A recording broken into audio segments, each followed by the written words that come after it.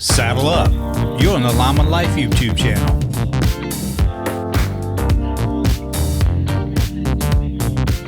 Good evening, Brother Lineman. The story you're about to hear is true. The reason I'm saying that is once you hear this story, your first reaction is going to be, no way. This is one of those you can't make that shit up stories. Every person I've ever told this story to remembers it very clearly.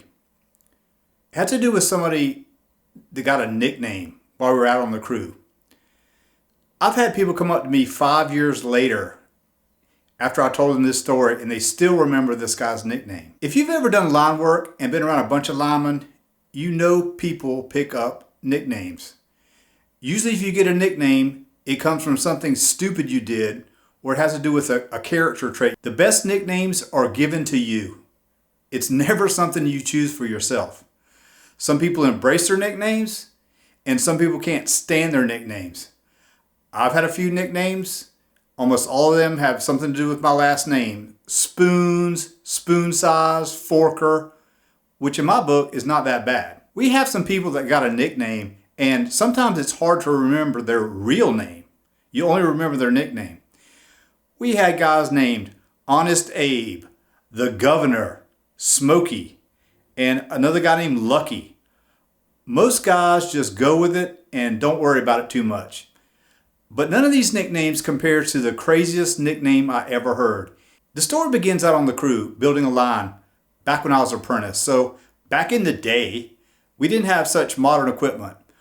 Our pole trailer was a small single axle trailer with tandem wheels.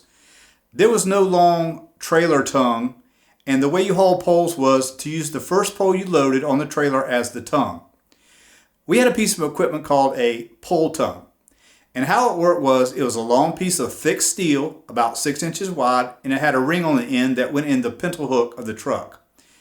There were 2 chains on the steel piece that went around the pole itself and could be tightened down to clamp the steel with the ring to the pole. This allowed the pole to be hooked to the pintle hook of the truck.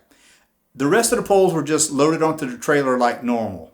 We had a large job building a line, so what we did was load the trailer down with poles and headed out to the job.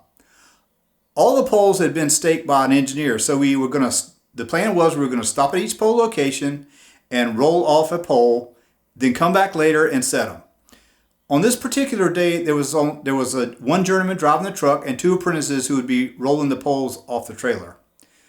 Mike and Bill were 2 of my fellow apprentices, and they had just started their apprenticeship. So Mike was a skinny guy, a little nerdy looking, probably not your typical looking apprentice, and Bill's a short, stocky guy who looked like he'd be slow and lazy, but he was a hustler. He could climb a pole like a squirrel.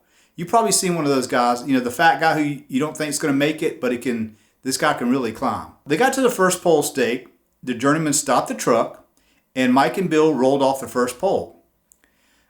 The lineman then drove to the next pole, waited for somebody to yell when they got to the next stake, and the apprentices would roll off another pole.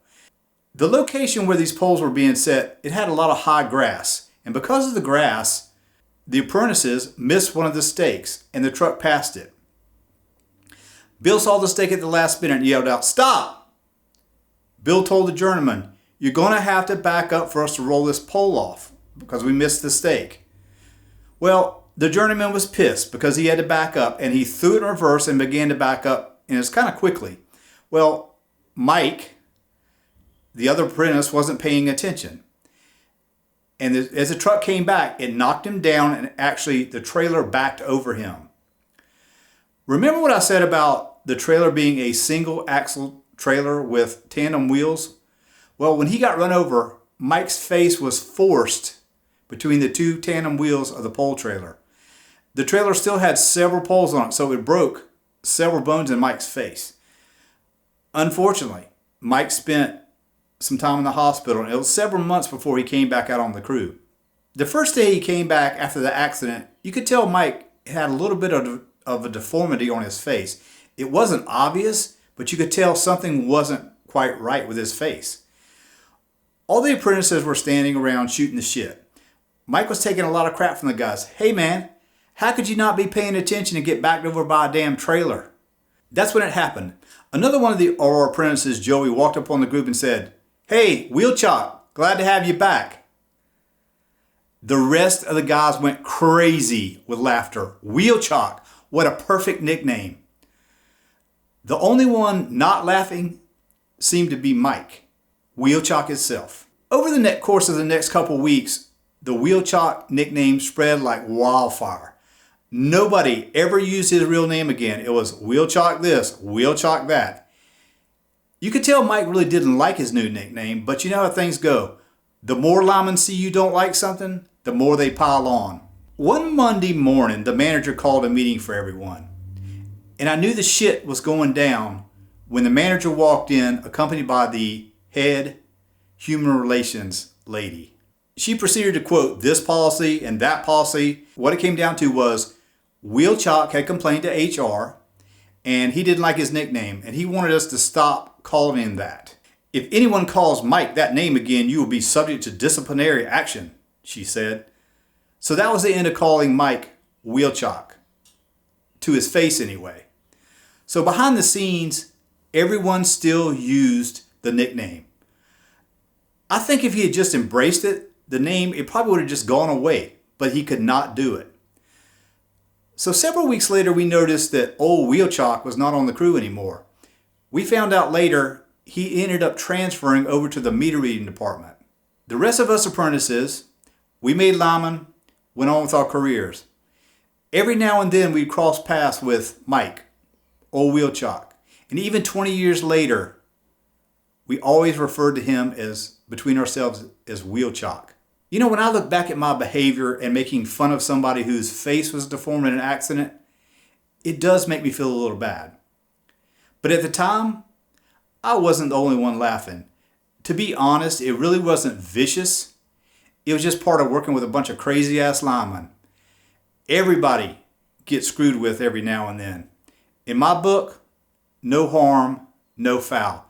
Just part of the pack mentality that we linemen sometimes have. So that's the craziest nickname I ever heard. I know the story sounds crazy, but it actually happened. Another chapter in this lineman life. By the way, Mike Wheel Chalk, he had a full career as a meter reader. And last thing I heard, he had retired. You know, you really can't make this shit up. So that's it for this week. Leave us some comments. Maybe you got some crazy nicknames out there on the crew. Leave them for me in the comments. Appreciate everybody listening. As usual, keep safe and remember, you are your brother's keeper. Aloha.